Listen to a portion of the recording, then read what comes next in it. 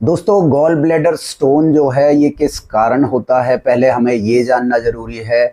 किस तरह हम इसे ठीक कर सकते हैं अपने खान पान के द्वारा, योगिक प्रैक्टिस के द्वारा। कुछ आसन मैं आपके साथ शेयर करूंगा जिनके साथ आप अगर आप उनको प्रॉपरली करते हैं तो आप बहुत इजीली अपने गॉल ब्लैडर स्टोन को रिड्यूस कर सकते हैं। और इन फ्यूचर भी आपको गॉल ब्लैडर स्टोन नहीं होंगे तो आप ध्यान से ये पूरा वीडियो सुनेंगे। मैं योग साधक संदीप आपके अपने यूट्यूब चैनल के साथ। सबसे पहले हम अपने गॉल ब्लैडर को समझेंगे, फिर हम इसके स्टोन पर बात करेंगे। देखिए, गॉल ब्लैडर जो है एक थैली जैसा आकार यानी एक सैक लाइक स्ट्रक्चर होता है जो हमारे जस्ट लीवर के जस्ट नीचे प्रेजेंट होता है। असल में हमारा लीवर रिस्पॉन्सिबल होता है एक सॉल्ट बनाने का जिसे बाइल सॉल्ट हम बोलते हैं, और ये एक जूस प्रोड्यूस करता है, बाइल जूस। बाइल जूस असल में किस लिए सीक्रेट होता है, ताकि हमारे शरीर में जो भी फैट है उसका डाइजेशन कराया जाए। तो लीवर हमारा ये बाइल जूस सीक्रेट करता है और इस बाइल जूस को स्टोर करता है हमारा गॉल ब्लैडर।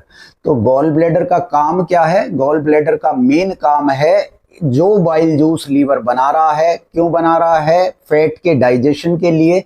उस बाइल जूस को स्टोर करके रखे और फिर उसको रिलीज करे। कहाँ रिलीज करे? हमारी स्मॉल इंटेस्टाइन के अंदर, यानी जो भी खाना हम खाते हैं उसके डाइजेशन के लिए ये बाइल जूस बहुत इंपॉर्टेंट है। इस बाइल जूस के बिना हमारे फैट का डाइजेशन नहीं होगा। तो इतना इंपॉर्टेंट रोल है हमारे गॉल ब्लैडर का। अगर गॉल ब्लैडर को जैसे डॉक्टर निकाल देते हैं तो आप सोचिए कि कितनी प्रॉब्लम आपको फ्यूचर के अंदर रहने वाली है, जैसे इंडाइजेशन, फैट से रिलेटेड आप चीज़ नहीं खा सकते, वसा युक्त खाना आप नहीं ले सकते, आप कोई भी ऐसी चीज़ नहीं कर सकते, कोई स्पाइसी फूड आप नहीं खा सकते, क्योंकि आपको क्या होगा, इन सब को खाने के बाद इनका डाइजेशन नहीं होगा। तो सीधी सी बात है, जो भी खाना है वो हमारी स्मॉल इंटेस्टाइन के अंदर सड़ने लगेगा। जो भी फैट आप ले रहे हो उसके कारण ब्लोटिंग हो सकती है, गैस्ट्राइटिस हो सकती है, एसिडिटी हो सकती है, इस तरह के इश्यूज होना स्टार्ट हो जाएंगे। तो पहली जो चीज़ है कि पहले तो गॉल स्टोन होता क्यों है? पहला तो रीजन है इसका कि ये जो गॉल स्टोन होते हैं ये असल में इनका नेचर होता है कोलेस्ट्रॉल का। ये जो गॉल स्टोन्स है ज्यादातर हमारे कोलेस्ट्रॉल के बने होते हैं, और कोलेस्ट्रॉल हमारी बॉडी में कहाँ से आएगा?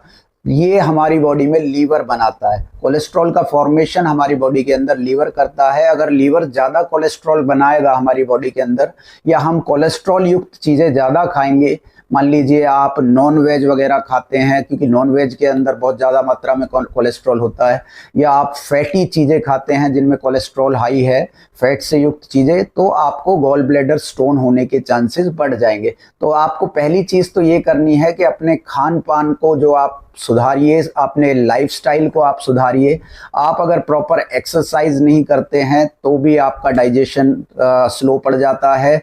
तो ये सारी चीज़ें बहुत ज़रूरी है कि जिनको गॉल स्टोन हो रहे हैं उन्हें भरपूर मात्रा में पानी पीना ज़रूरी है, भरपूर मात्रा में उनकी एक्सरसाइज होना चाहिए रेगुलरली, ताकि जो हमारा गॉल ब्लैडर है वो सुचारू रूप से काम कर सके।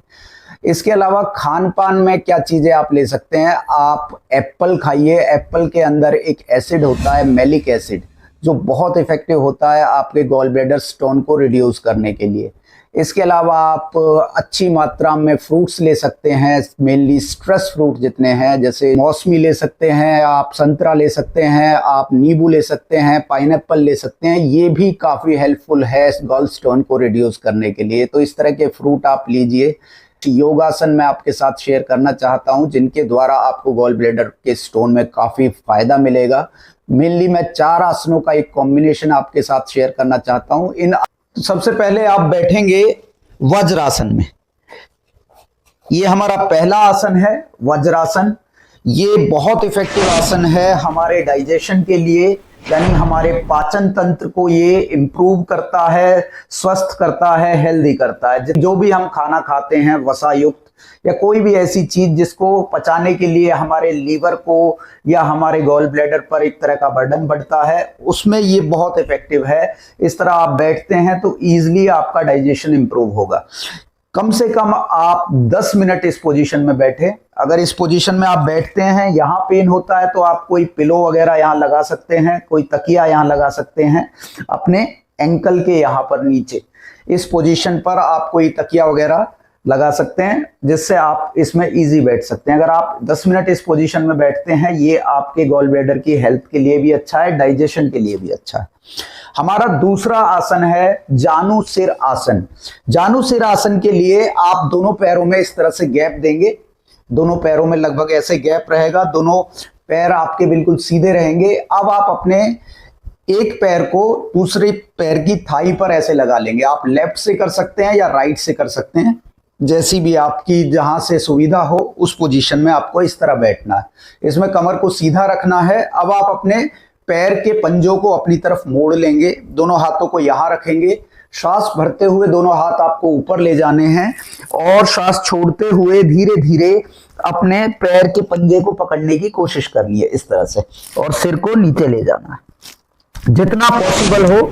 अगर आप सिर को घुटने तक लगा सकते हैं बिना घुटने को बेंड किए तो लगाने की कोशिश करें ऐसे। अगर नहीं लगा पाते, यहां तक भी होता है, क्योंकि सबकी अपनी एक फ्लेक्सिबिलिटी होती है, तो जितना हो पाता है उतना आप कीजिए। इस पोजीशन में होल्ड करें कम से कम 15 काउंटिंग या 30 काउंटिंग, तो डिपेंड करता है आपकी कैपेसिटी के ऊपर। फिर धीरे धीरे श्वास भरते हुए आप वापस आएंगे, श्वास छोड़ते हुए नीचे। ऐसे ही आप दूसरे पैर से करेंगे, सेम इसी तरह लगाएंगे दूसरे पैर को, टोज को अपने अंदर की तरफ मोड़ेंगे, श्वास भरते हुए आप ऊपर जाएंगे और श्वास छोड़ते हुए दूसरी तरफ। इतना ही समय आपको इस साइड लेना है। तो ये आप ध्यान रखिए, जितना समय आपने बाईं तरफ लिया है उतना ही समय आप दाईं तरफ लेंगे। इस आसन के अगर आप 3 सेट करते हैं तो ये आपकी गॉल ब्लैडर की हेल्थ के लिए बहुत अच्छा आसन है। तीसरा हमारा आसन है पूर्वोत्तान आसन। इसमें आप दोनों पैरों को बाहर की तरफ ऐसे पॉइंट आउट करेंगे, यानी जो आपके एंकल है वो बाहर की तरफ रहेंगे इस तरह से, पैर सीधे रहेंगे और हाथ आपके पीछे रहेंगे। हाथों में शोल्डर के बराबर गैप रहेगा और आपकी कमर से दूरी होगी हाथों की कम से कम 1 फीट की। इस तरह से पैरों को बाहर की तरफ पॉइंट आउट करना है और श्वास भरते हुए आपको ऐसे उठना है ऊपर की तरफ। गर्दन आपकी पीछे की तरफ लटकी रहेगी। इस तरह आप नॉर्मल श्वास के साथ कम से कम 15 काउंटिंग 15 सेकंड आप कर लीजिए स्टार्टिंग में और वापस आए। ये इसके भी आप 3 सेट करें। हमारा 4th आसन है अर्धहलासन। इसके लिए आप लेट जाएं पहले इस तरह से और श्वास भरते हुए दोनों पैरों को आप 90 डिग्री उठा लें इस तरह। पैर आपके सीधे होंगे और कम से कम 15 काउंटिंग आप पैरों को सीधा रखें, पंजों को अपनी तरफ मोड़ के रखें। इस पोजीशन में 15 काउंटिंग आप रोक के रखें। और इसमें एक ये अर्धहलासन है हमारा, और इसमें एक बार तो आपने इस तरह कर लिया, एक वेरिएशन और ट्राई कर सकते हैं। इसमें पैरों को उठाने के बाद आप दोनों हाथों को भी पैरों की पंजों की तरफ ले जाएं इस तरह से। ये भी आपके गॉल ब्लैडर की हेल्थ के लिए काफी अच्छा है। ये भी आप 15 काउंटिंग करें। तो 3-3 सेट इन सभी आसनों के आप करें। इन आसनों का अभ्यास अगर आप प्रॉपरली करते हैं तो आपको बहुत जबरदस्त फायदे मिलेंगे। इसके अलावा जो चीजें मैंने बताई हैं उनको आप फॉलो करें। नमस्कार, धन्यवाद।